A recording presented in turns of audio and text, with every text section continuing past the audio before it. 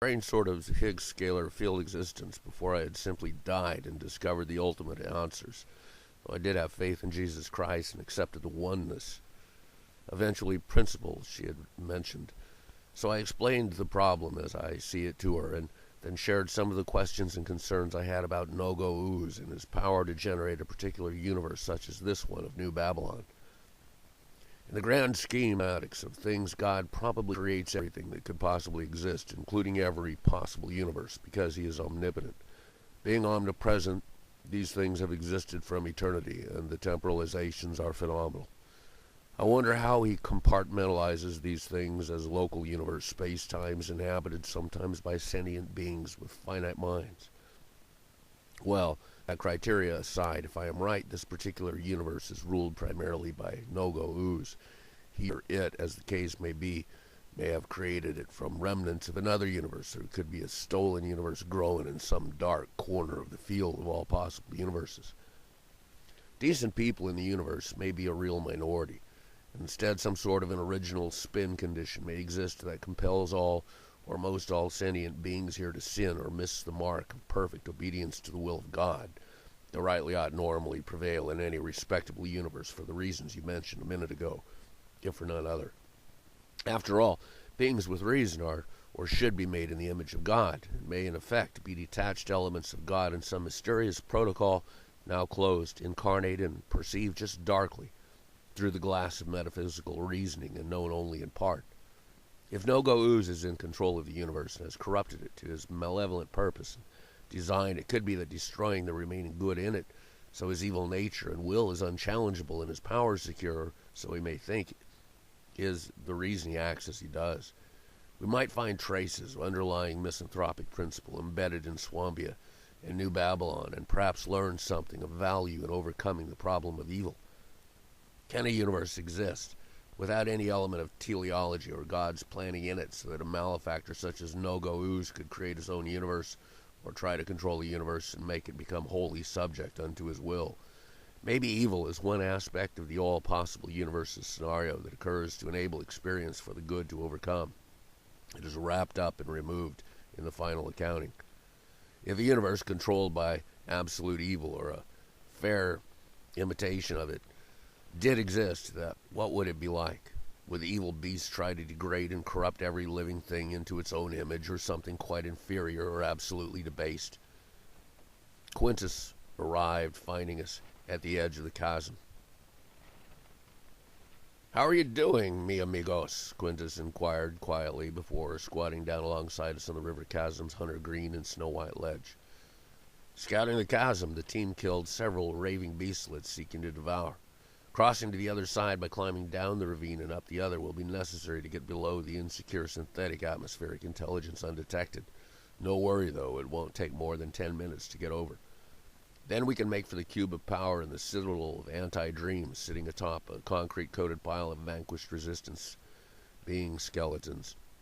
Carlos and his spotter in electric ghillie suits have advanced to within 100 meters of the outer defense perimeter, low, crawling slowly through a jiggery bush-covered defile where they've maintained under anti-artificial intelligence cover a compound passive monitoring replication aperture, learning Blim-Snogger warrior temporal positioning. If you don't mind my hurrying us along, let's go." So we were off. Emma Froth and I again stayed close together as a fiery maneuver complement and made our irregular pace down the steep side of the ravine, reaching the icy bottom, slick ice, and out-thrust boulders and the river. Walking tentatively through the scouring wind in the Stygian darkness, we stretched out our senses in search of foes. An occasional slashing, slopping gurgle or thump sound at low level in the distance were the only noises, besides rushing water in a few unfrozen sections of the river. Our own breath and heartbeats, too, seemed to reach to our amplified hearing. Motion and heat-activated flying stealth infrared seeker ghost decoys were released to hover quietly up the other side of the ravine to confuse potential Blim-Snoggers and their sensory acquisition capabilities. The balance of the team, minus the advance party, awaited at the top of the ravine. A blood diamond fortress illuminated mutely in subdued crimson light was dimly visible through the darkness, and trees a mile further up the hill. Quintus outlined the order of engagement for our benefit. while the resistance fighters placed electromagnetic personal launch catapults from backpacks connected superconductor cell power packs and entered trajectory coordinates. All of us attached stealth fly-by-wire wings to our combat dress uniforms and stepped into a linear field of acceleration. As we entered frigid flight, stealth drones released by Carlos attacked the Cuba Power's defense energy infrastructure. As we reached the downward glide paths at speed to gain our sonofire to that of Carlos and Sancho, picking off platoons of Blimsnogger warriors, I saw the gruesome splattering progressing. The battle for control of the region's Nogo-Uzian military government's headquarters was over in seconds when the opposition force was caught without sufficiently advanced defense programmed instructions. After blasting a hole in the dome roof, we descended to enter the center of the hypercube control room, where a mosquito-headed mini-beast with bulging biceps and body was dissected by a fusion air sword sliced apart with trailing entrails from an executive command chair to a matching pair of green legs a few meters distant. In the post-battle smoke and haze, a critically injured Blimsnogger torso crawled slightly over the mosquito mini-beast's torso and cut out the anus with its incisor blade fingertip and with a remaining tentacle put it in its nutrient pouch. For what purpose it was not possible to guess. Perhaps a stem sample for regrowth of the mini-beast. I shot the blasted Blimsnogger remnant with a sono gun and assisted with its necessary elimination. Quintus, Emafroth, and other resistance fighters sought to destroy some of Nogo-Uza's regional ops centers before yet this was the first mission successful in taking one nearly intact. Emafroth strode over to the mini-beast, removing her molecular head wrap on the way. Yeah, Yek, I must tell you that these head wraps are of the better quality that I've used on sundry planetary sojourners. It was a thin, clear composition, able to vary its resistance to penetration attempts of kinetic, heat, sound, light, and other disruptor content with thermal and multifarious camouflaging, computational, and sensory enhancement capabilities built in. Emafroth was quite notable amidst the women of the various planetary social environments of recent recollection, with the black raven hair, a mantle of wonderful calculus. Emafroth walked up to the mosquito mini-beast, slashed apart its head with a crashing eagle hand strike, splitting its brain housing unit open. I wanted to do that for some time, she said, then thrust her right hand into the corrupt brain and withdrew intact. Local reality, transducer crystal codex control linked to Nogo-Uza's realm of subjective reality. It was an important link in the problem of understanding Nogo-Uza's map of the universe that he had infiltrated or created, the Universe A. Quintus mentioned that the dispersed forces around the Cuba Power that set microfusion charges and so indicated that our party should exist without causality with a casualty out on some of the Blimsnogger's fast attack craft. Our destination turned out to be one of Quintus's safe public houses of retreat. The vehicle shucked and jived through the platoon through the darkness to Gintoville, hovejetting in the darkness above the tree canopy.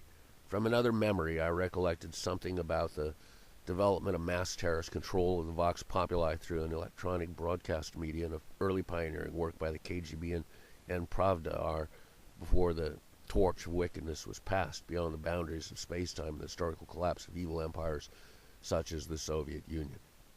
Our 4 fast attack craft shucked and jived with insouciant artificial intelligence, listening to a different drummer before slowing to settle just above ground level in different quarters of a clearing in the forest beyond the limits of Gintoville.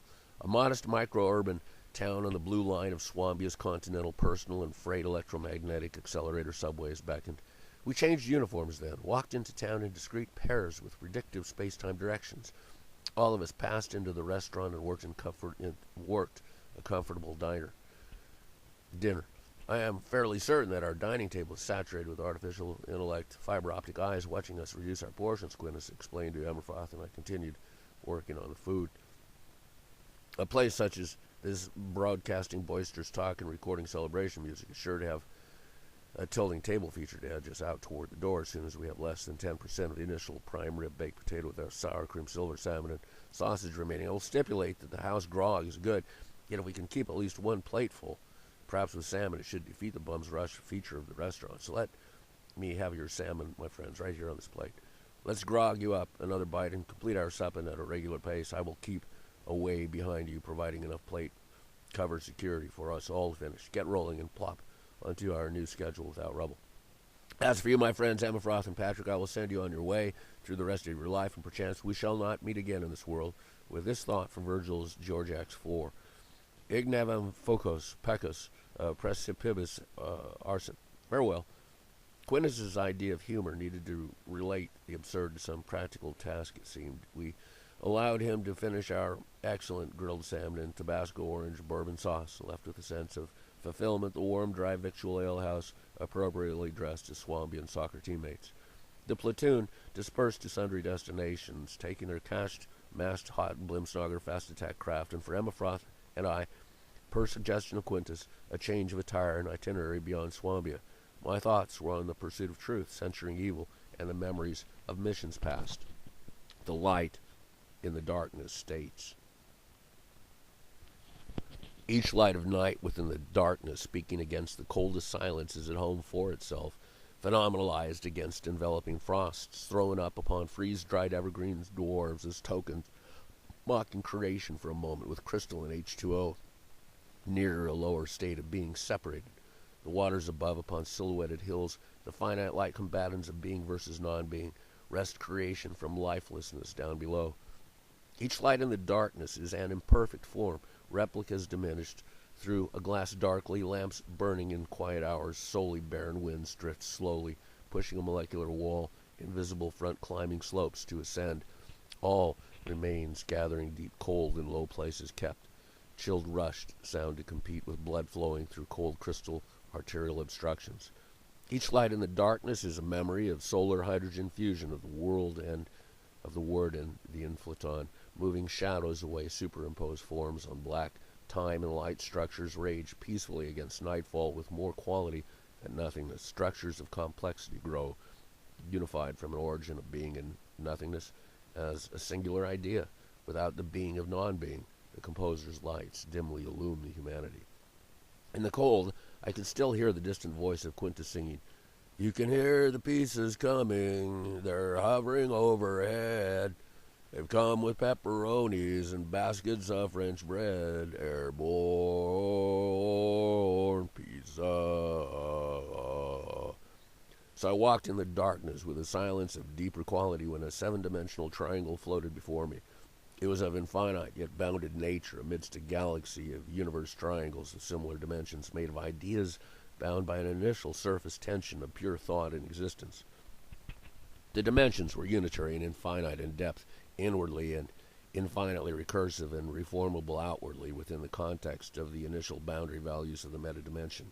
All time and space for each triangle universe was omnipresent and altered just through subjective experience and the boundary condition of each universe. I stumbled, tripping my toe on a slightly raised back of Swambia's Felix Street. Emma Frost's arm was entwined with mine. She remarked about the apparent danger of walking on uneven terrain, dryly. "I just had the most amazing experience, Emma Frost." "Sure, I noticed," she replied. "No, not that, Emma Frost. It was a transcendent experience of a plethora of geometric, solid, atemporal universes in no space."